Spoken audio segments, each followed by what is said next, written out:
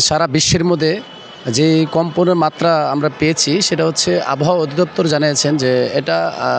5.7 সর্বোচ্চ কম্পনের মাত্রা আমরা পেয়েছি। এটা উৎপত্তি হচ্ছে কিন্তু আমরা জানি সবাই নরসিংদী থেকে। তবে আমি যে জিনিসটা বলতে চাচ্ছি সেটা হচ্ছে কনস্ট্রাকশন যে বিল্ডিংগুলো হচ্ছে, যে পুরাতন বিল্ডিংগুলা আমরা দেখতে পাই সরকার এটার সাথে অবশ্যই নেগলিজেন্স ব্যাপার আছে, যেটা হচ্ছে মেনশন করতে হয় আমার, যে পুরাতন বিল্ডিংটি ভ্যালিডিটি এক্সপায়ারি ডেট চলে যায়, তখনও সেটাকে তারা বিভিন্ন মন্ত্রণালয় থেকে আমরা যদি বলি তারা বিল পাস করায়া অবৈধ টাকার হাতিয়ে নিয়ে তাদেরকে ওই ভিত্তিবস্তুর স্থায়ী করার জন্য আরও মেয়াদ বাড়ায়। আসলে এই পুরাতন বিল্ডিং এবং অব্যবস্থাপনার কারণে কিন্তু এই আমাদের শহরটাকে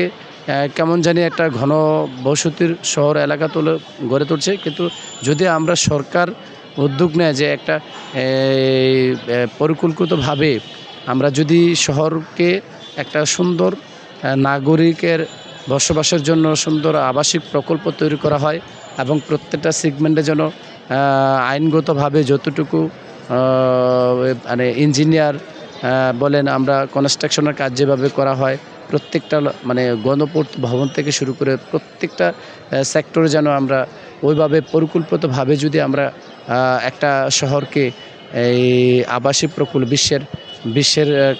যেভাবে প্রত্যেকটা আমাদের বাংলাদেশ ছাড়া, উইদাউট বাংলাদেশ ছাড়া কিন্তু প্রত্যেকটা শহরে কিন্তু একটা পরিকল্পিতভাবে আবাসিক প্রকল্প তৈরি করা হয়, কিন্তু আমাদের সেটা হচ্ছে না। আর আমাদের যদি গভর্নমেন্ট সেই ব্যাপারে নতুন নতুন যে স্থাপনা হচ্ছে, নতুন নতুন জায়গা হচ্ছে, যে নতুন নতুন আবাসিক প্রকল্প হচ্ছে, ওটা যদি সরকারের রুলস এবং রেগুলেশন আন্ডারে আবাসিক প্রকল্প তৈরি করে, তাহলে মনে হয় সামনের দিকে আরও সুন্দর বেঁচে থাকতে পারবো।